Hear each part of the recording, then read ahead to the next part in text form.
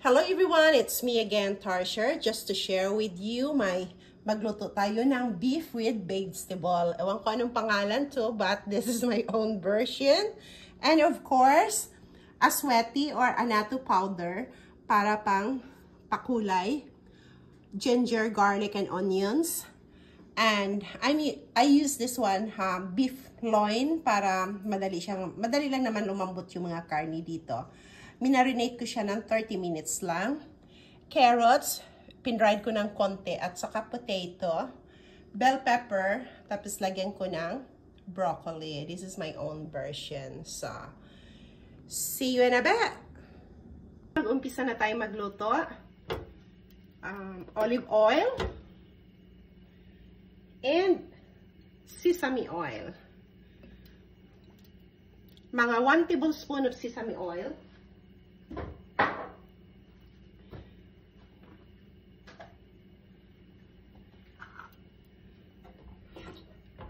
And then, ilagay ko na silang lahat, yung sibuyas, onions, garlic, and ginger. As I said, this is my own version. And ilagay ko na silang lahat para sabay silang maluto. And yeah, super dali lang siya. And my family will eat this kind of food. Lutuin lang natin konti yung sibuyas at saka bawang para lalabas yung aroma niya, para mas mabango. And nasa sa inyo yun kung gusto nyo unahin yung bawang o garlic or onions. Ako kasi sinabay ko na. Pareho lang naman yan. Tamad dito. Tamad si Tarsher ngayon. Basta. Ang lamig kasi eh. Kaya nakakatamad kumilos pag malamig, di ba? Malamig sa labas pero hindi malamig sa loob dahil nga may heater naman kami. Gumagamit kami ng heater.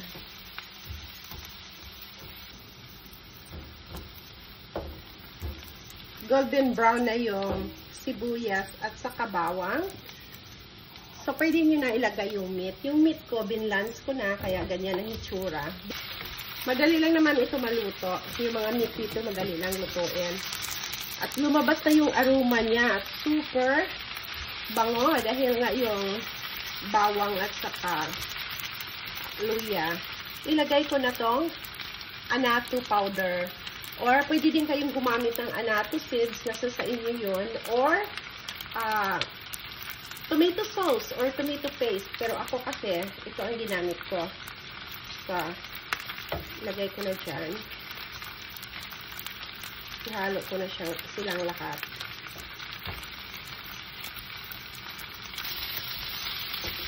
Para magkulay siya.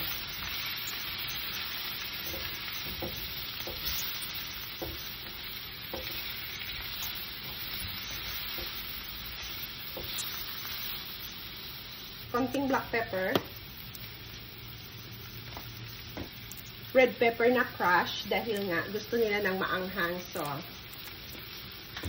just add a last. Paborito kasi nila yung may heat konti. 2 cup water. Ang ginamit ka ay yung mainit na tubig. So, nasa sa inyo yun kung anong klaseng tubig yung gamitin nyo. Parang hindi pa siya masyadong red. Para maganda yung kulay. So, dagdagan natin pa siya. So, I'm using 2 na gano'n na annatto powder. So, ilagay na natin siya lahat.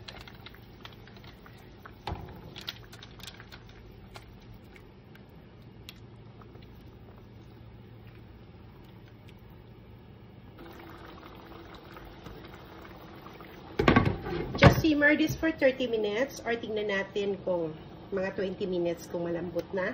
And then, i-adjust nyo lang yung fire ng medium low para mag-absorb yung lasa sa meat. Malambot na yung meat, so i-add na natin yung potato. We just add the potato. Lagay ko na silang lahat dyan. At saka carrots.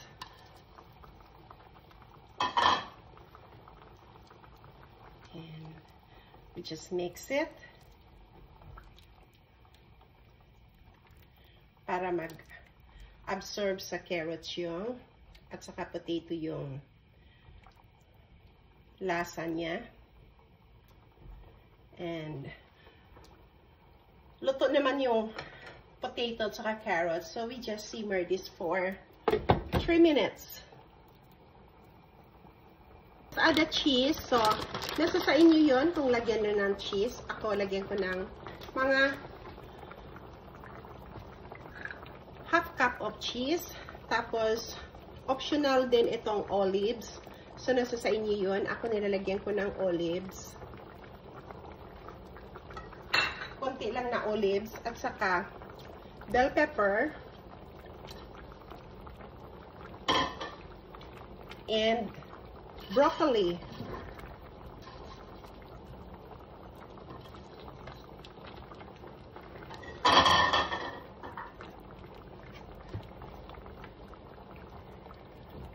So i-mix lang natin siya.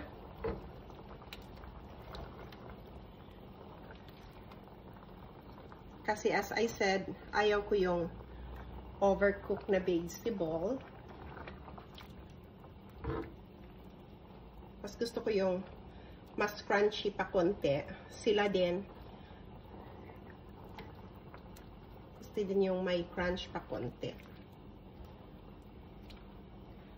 At ang lambot ng beef.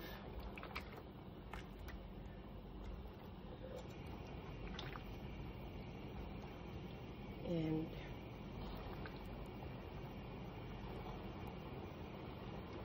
yeah, tama na yan dahil nga mamaya pa naman kami kakain. So maluto pa yun siya, diba? And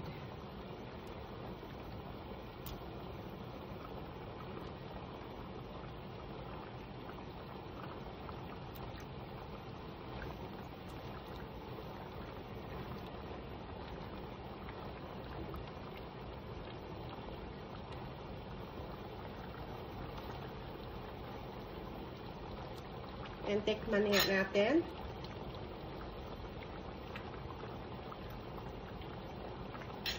Oh, ang sarap. Tama lang siya. At saka maanghang. Gusto to nila yung maanghang. So, our beef with vegetable are already cooked. Luto na siya. Tingnan nyo, ang sarap. Kulay pa lang, masarap na siya. Thank you so much for watching. See you in our next video. Bye for now.